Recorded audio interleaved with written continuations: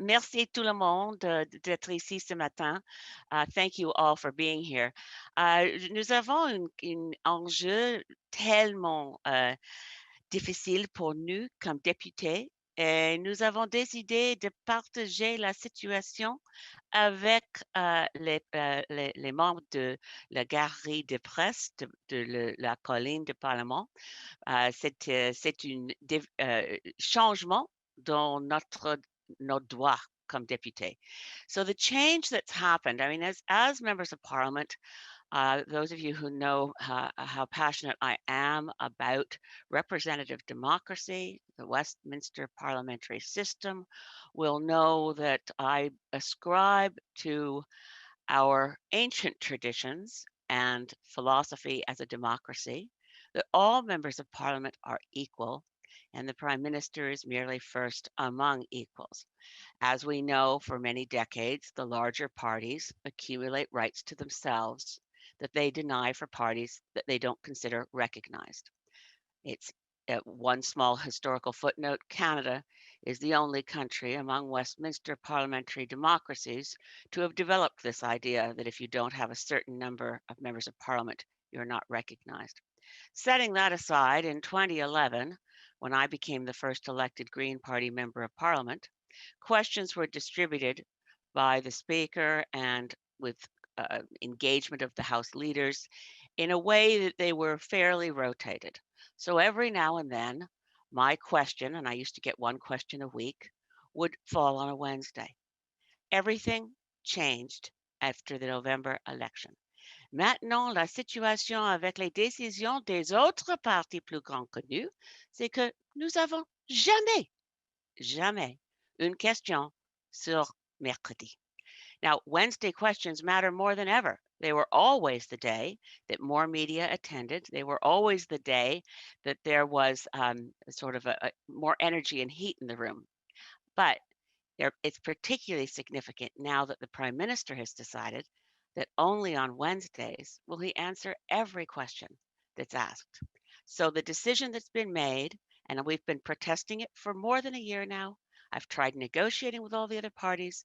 The speaker's aware of it, but he leaves it for us to try to get someone, anyone, to explain this to us from any of the larger parties.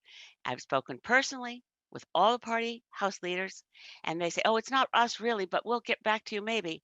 So that's the situation in which we find ourselves. It's been more than a year since we've been allowed to put a single question forward on Wednesdays. I turn it now to Paul Manley for some observations on the anti-democratic nature of this decision. Well, yes, the idea that members of parliament are supposed to be representing Canadians is has got serious problems with it because of the anti-democratic nature of our first past the post system. Greens have almost 1.2 million voters.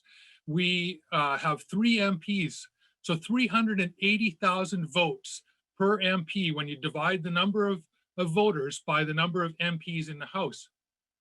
We have, the Liberal Party has 5 times as many votes as the Greens do, but they have 50 times more MPs in the House, and 38,000 votes will elect a Liberal MP.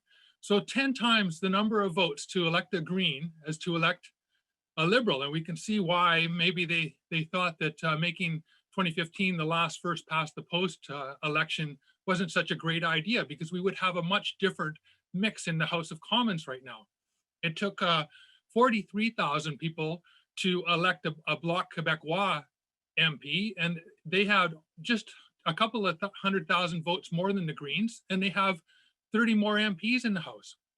So the system is undemocratic by its very nature. And now we have to compete in the House of Commons with a rogues gallery of MPs who are kicked out of every other party for corruption, for nepotism, for pandering to right-wing white supremacists, for criminal charges. And when we get back into the House of Commons, we're going to be sitting there, and there goes the neighborhood. So we represent a lot of Canadians, and we deserve a voice in the House of Commons. I'm going to pass it to Jenica Atwin just to talk a little bit about our seating situation. Thank you, Paul. Thank you, Elizabeth. Merci tout le monde pour ici avec nous. The problem for me too, I mean, it affects our independent members as well. So my former seatmate, when we were sitting in the House, Jody Wilson-Raybould, this affects her as well. You know, we should have an equal amount of time to offer these questions up, and to think that on Wednesdays that Liberal members have the opportunity to ask questions to their government. As we know, it's the lob ball that they throw, that when we're asking the hard-hitting questions that Canadians really want the answers to. So it's really unfair. You know, initially I was just kind of, you know, willing to take my lumps and you know, and take my dues and wait for the time when we have our questions. But as that lineup, you know, grows in the independent section and our questions dwindle, it's interfering with our ability to ask questions that matter to our constituents, and it's extremely undemocratic and unfair. And I'm thankful that, you know, we have your ear today to really raise this issue. Merci tout le monde. Thank you, Jenica. You know what? It's something that I don't think Canadians would imagine for a minute. The news that gets covered is Derek Sloan is booted from Conservative caucus. It's never fewer questions for Greens. They have to compete now with one more person who, if they assert their rights, are equal to all the rest of us in trying to get the scraps on Mondays, Tuesdays, Thursdays, and Fridays. But for all of us, it applies equally. You'll never get to ask a question on Wednesday. Why? We're too busy to tell you. So that's the issue we wanted to place before you. We, of course, are very passionate about a wide range of issues, and we're very grateful that our new leader, Annamie Paul, holds regular press conferences. This one is about our rights as individual members of Parliament and collectively as a Green Party caucus. Nous sommes ici comme les députés du Parti vert du Canada. Nous sommes tellement impressionnés avec notre nouvelle chef, et nous sommes, je veux dire un grand merci à tout le monde pour la couverture dans le média des enjeux importants for nous comme Vert. Okay, so we'll be very happy to answer any questions you have.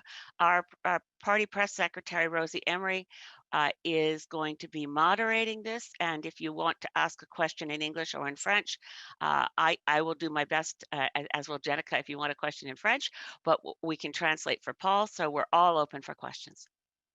Thank you, Ms. May. So we'll begin with the questions. It will be one question, one follow-up. On va commencer avec les questions. Ça va être une question, un suivi. If you want to ask a question, please use the raise hand feature. Si vous voulez demander une question, s'il vous plaît, utilisez la fonction de lever la main. And please identify yourself and your media outlet. Veuillez vous identifier et identifier l'organisation. Merci. So, are there any questions, please? Est-ce qu'il y a des questions? No, pas de questions? No questions? Is there anything else the MPs would like to say? Well, I'd just like to add, it's been, we've many letters to all the different party house leaders. And I have to say, nobody wants to say whether I'm talking to Peter Julian or Pablo Rodriguez, or it used to be Candice Bergen, but now Gerard Dantel, or Alain Terrien, or Christine Namon. Everyone's very polite, but they're very busy, and they'll say, well, I don't think the problem is with us, but we'll talk to you later. So this has really gone on too long, and there is an absolute strange reality. Paul mentioned some of the other numbers, but obviously we had just shy of 1.2 million votes in the last election, so roughly 100,000 fewer than the Bloc Québécois with 32 members. And the idea that we would never, ever, ever expect to be able to pose a question on a Wednesday, I just think would surprise Canadians, that there could be that kind of a closed door decision by bigger parties to reduce the rights that I used to have when I was only one MP.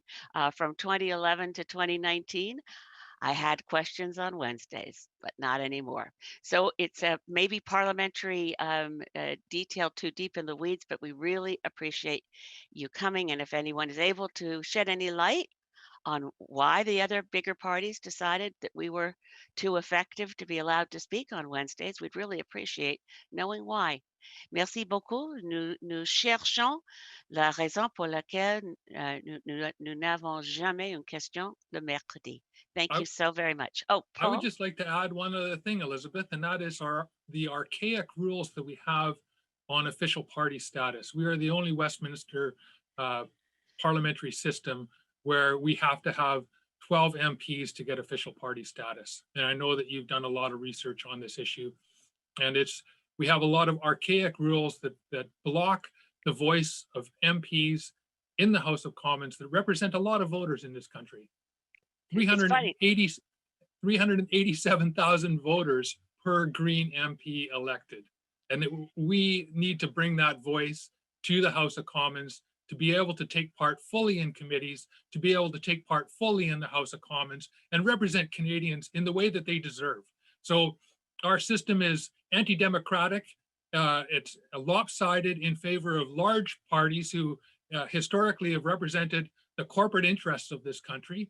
And we need to change this system. We need to get rid of our first past the post system, and we need better rules in the House of Commons. Thank you, Paul. Of course, it also puts me in mind of another odd reality is that two of the parties depriving us of rights have themselves been at various times unrecognized. The argument against the deprivation of rules for parties that are unrecognized, one of the best speeches in the House of Commons to set out the reasons this was unfair was from a former member of Parliament, Bill Blakey, father of our colleague Daniel, when the NDP were dropped below 12 and they were suddenly very angry about it. The Bloc Québécois was more than 12 then, so they didn't give the NDP any favors. When the Bloc dropped to below 12, the NDP didn't say, oh, we've been in that situation, it's so unfair. No, they just deprived the Bloc of its rights, so that when the Bloc got to be over 12, they appropriated the same approach. There's never a lesson learned from those who make the arguments in principle that the situation is unfair. I pledge to you that when Annemie Paul leads this party to where we have more than 12 seats, if there's a larger party now that drops below 12, I'll keep up the fight to stop this nonsense, because MPs are elected by voters and every voter is equal. Every electoral district is equal, and our rights as members of Parliament on the floors of the House of Commons, forget about the fact that once you're a recognized party, the system gives your party about $2 million in extra perks and research money. What we want as members of Parliament is to represent Canadians equally, and I wonder why the other parties don't want that. Thanks very much for everyone for being here. Merci tout le monde. Thank you, Rosie. Thank you. Thank you. Is there anything else? Sorry, Paul. Okay, this concludes this press conference. Ceci conclut la conférence de presse. Merci à tout le monde. Thank you, everybody.